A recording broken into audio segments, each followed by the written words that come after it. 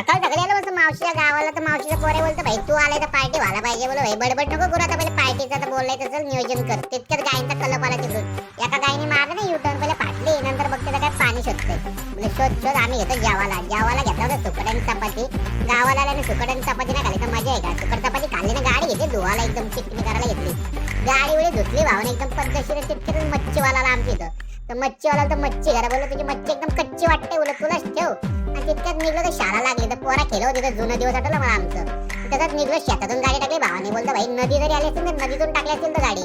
बोला हा भाई तुझा नाच नाही. बोलत चलो बोलो हो तू पुढे, मी आलो तेवढा मागणं चालत निघलो तर भाई सगळी कंपनी भेटली ना आपली माणसांची. गाणं लावलेला पीले पीले ओ मेरे राजा.